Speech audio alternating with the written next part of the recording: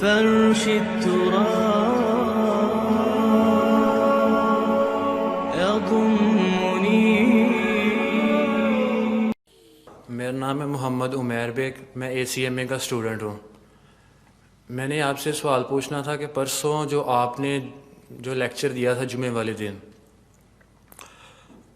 اس میں یہ کہ اکثر آپ کی جتنی بھی تقاریر سنی ہیں اس میں اکثر آتا ہے کہ جیوز کا دنیا میں سر یہ ایجنڈا ہے، ہیکل سلیمانی تعمیر کرنا ہے، یہ کرنا ہے، یہ کرنا ہے، اور قیامت سے پہلے ان کی جڑ کاٹ دی جائے گی.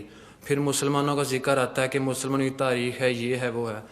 اکثر سننے میں یہ نہیں آیا کہ اتنے اس دنیا میں جیوز کا معاملہ یہ ہے، مسلم کا یہ ہے، یہ جو کرسچنز ہیں، جو ہندوازم ہے، یہ جو خدا کو نہیں مانتے، ان کا کوئی نہیں سننے میں آتا کہ یہ کیا ہے، کہ یہ کوئی پارٹیسپیشن ان کی نہیں ہے. صرف جیوز کا اور مسلمان کی سننے میں آتا ہے کہ جیوز نے عیسائیوں کا اپنے قبضے میں کیا ہوا ہے. تو یہ جو باقی جو قومز ہیں یہ کدھر ہے، ان کا کوئی تصور نہیں ملتا. آپ نے بہت صحیح بات کہی ہے.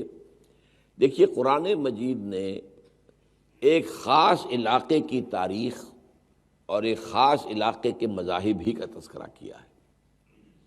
پوری دنیا کی ہسٹری اس نے بیان نہیں کی ہے.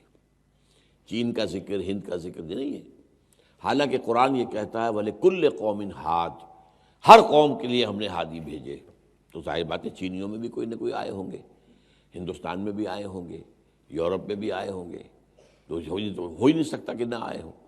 اور یہ بتایا گیا کہ نبی جو ہیں 1.25 لاکھ ہیں اور رسول 313 آئے. تو قرآن مجید میں تو میکسیمم 30 کا ذکر ہوگا، 28 29 30 اس سے زیادہ نہیں ہے. تو اس کا مطلب کیا ہے کہ اب یا تو پوری دنیا کا بتایا جاتا تو پہلے پوری دنیا کی تاریخ پڑھائی جائے لوگوں کو، پھر پوری دنیا کا جغرافیہ پڑھایا جائے. اس کی ضرورت نہیں تھی. یہ جو علاقہ ہے یہ مڈل ایسٹ جسے آپ کہتے ہیں، اس مڈل ایسٹ کے اندر جو حضرت ابراہیم علیہ السلام ان سے جو تین نکلے ہیں، زیادہ ذکر قرآن میں انہی کا ہے. اچھا، میں نے جو پچھلے لیکچر میں کہی بات وہ شاید ایک آپ نے نوٹ نہیں کی. میں عیسائیت کو علیحدہ امت نہیں سمجھتا.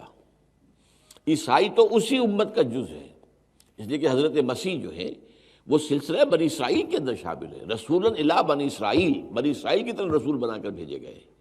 اب ویسے تو باپ ان کا کوئی نہیں ہے لیکن ماں تو تھی نا، وہ اسرائیلی تھی.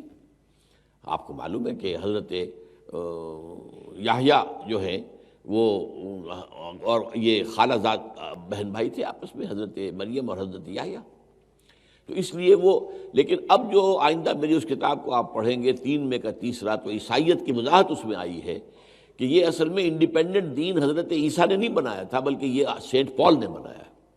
اور یہ در حقیقت اس کا کردار یہ ہے کہ یہودیوں کو بھی شدید ترین سزائیں ان کے ہاتھوں آئیں اور مسلمانوں کو بھی شدید ترین سزائیں انہی کے ہاتھوں آ رہی ہے. تو یہ در حقیقت ان کا کردار ہے. وہ ذرا آگے چل کر بحث میں آ جائے گا.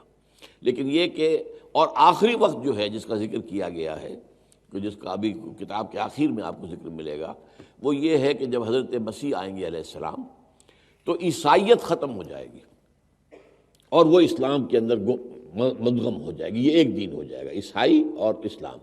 اور یہودیت ختم ہو جائے گی، ایک یہودی قتل ہو جائے گا. تو اس طریقے سے ان 3 کا تو یہ انجام ہوگا. اس کے بعد آتا ہے کہ پھر جو ہے یاجوج ماجوج حملہ آور ہوں گے. وہ معلوم ہوتا ہے کہ یہ نیشنز ہیں جن کا آپ ذکر کر رہے ہیں، یہ بعد میں آئیں گے. یہ پہلے سٹیج پر ان کا کوئی تعلق نہیں رہے گا. وہ پوری کنفرنٹیشن جو ہونی ہے وہ یہودی لیڈ کر رہے ہوں گے عیسائیوں کو اور ادھر سے مسلمان ہوں گے. Christians led by Jews and versus Muslims. یہ ہیں وہ جو ملاحم جو ہے وہ آنے والے ہیں جلدی. اور جس کے اندر کہ سب سے بڑی جو ہے جس کو وہ کہتے ہیں آرمیگڈون، دی الملحمۃ العظمیٰ حدیث میں آتا ہے، اس میں یہی ہے. اصل میں سامنے کون ہوں گے؟ عیسائی. 80 علم ہوں گے، ہر علم کے نیچے 12,000 آدمی ہوگا. لیکن ان کے پیچھے جو ہے جو اصل جو ان کو موٹیویٹ کرنے والا اور کنٹرول کرنے والا اور پلاننگ دینے والا ہے وہ یہودی ہے. هي الحلقات تحفظني بآيات من القرآن، هي الحلقات تملأني بحب المصطفى العدنان.